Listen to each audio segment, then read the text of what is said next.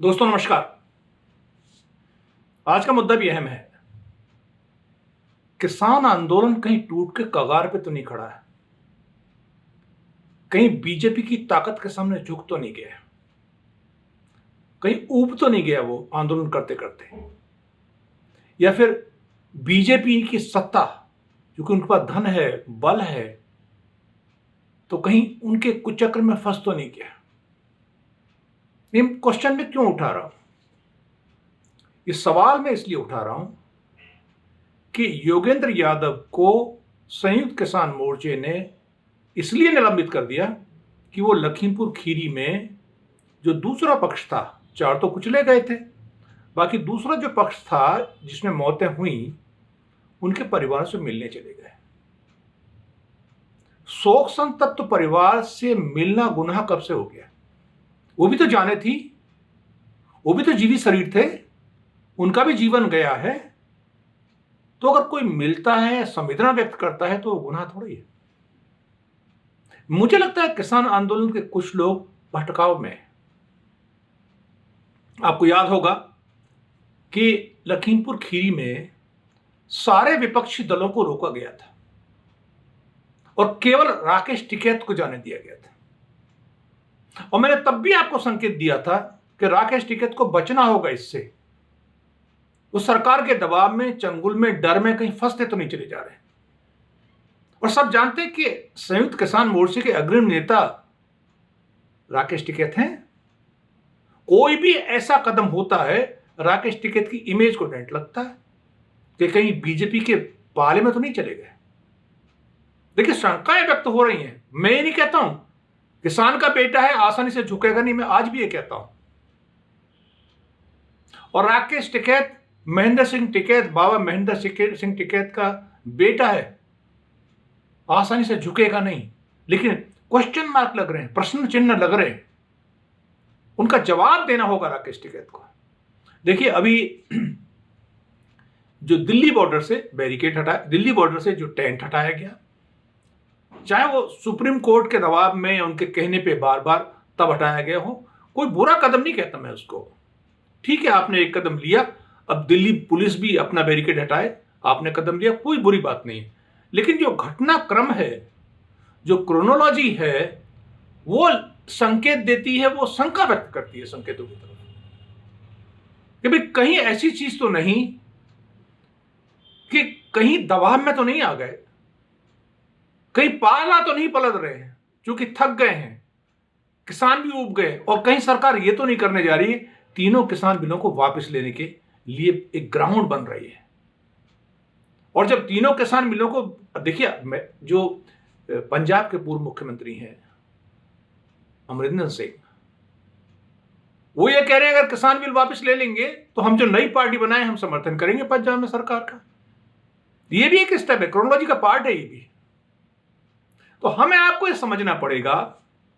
और मेरी चिंता खाली ये है कि किसान पुत्र, धरती पुत्र राकेश टिकैत, जिसको बीजेपी वाले डकैत कहते हैं, कहीं उन्हीं के पाले में तो नहीं चले गए, उनके डर से, दबाव में, झुकाव में, प्रलोभन में उधर तो नहीं खिसकते चले जा रहे। अगर ऐसा होगा तो अन्ना हजारे बनने में उनको देर नहीं लगेगी।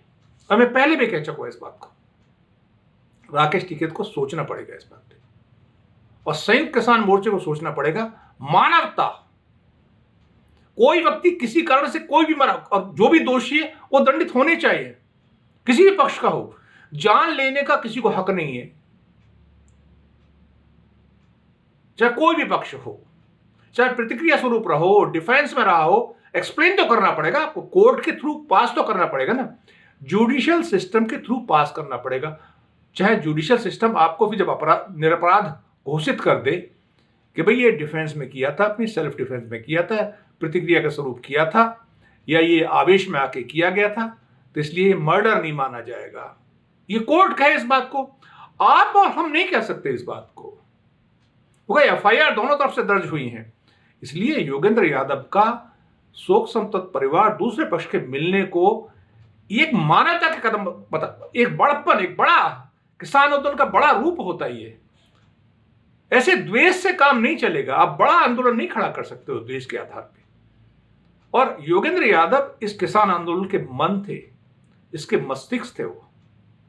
और जब मैं कहा करता था किसान आंदोलन के पीछे पढ़े लिखे लोग हैं, भटकाव में नहीं आएगा, इतने लंबे समय तक चला इसीलिए क्योंकि इसके पीछे पढ़े लिखे सोचे समझे लोग थे। टिकैत के साथ आदमी हैं वो लोग, चाहे उनके रिश्तेदार ही हैं, कोई भी हैं, उनके साथ आदमी हैं जो उनको समझाते हैं, बताते हैं, स्ट्रेटेजी बनवाते हैं।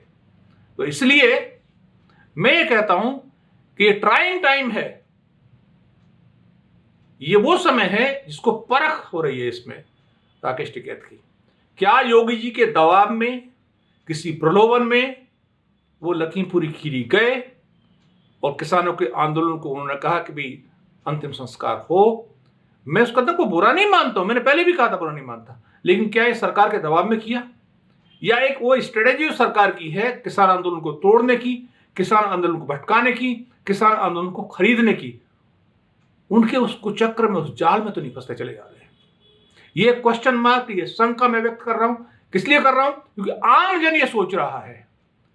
मेरी भी रोजाना कम से कम 500,000 लोगों से बात होती है, फोन दिन भर खटकता है मेरा भी, तमाम क्षेत्र के लोग बात करते हैं। और आज लोगों ने जो मुझे प्रतिक्रिया दी वो ये दी कि सर ये क्या किया इन लोगों ने। तो योगेंद्र यादव जैसे बुद्धिजीवी को, जो किसान आंदोलन की एक मन था, उनका मस्तिष्क था, उनका ब्रेन था बिहाइंड द आंदोलन, उसको सस्पेंड कर दिया। आपने क्या संकेत देना चाहते हो? आंदोलन को कमजोर करना चाहती हो? अरे बैठ के आपस में बात कर लेते। ये आंदोलन एक इनफॉर्मल, जो संयुक्त किसान मोर्चा है, इनफॉर्मल एक ग्रुप बना हुआ है, कोई ये रजिस्टर्ड बॉडी नहीं है। ये कॉमन कॉज के लिए किसानों को विभिन्न संगठन एक जगह इकट्ठे हो गए।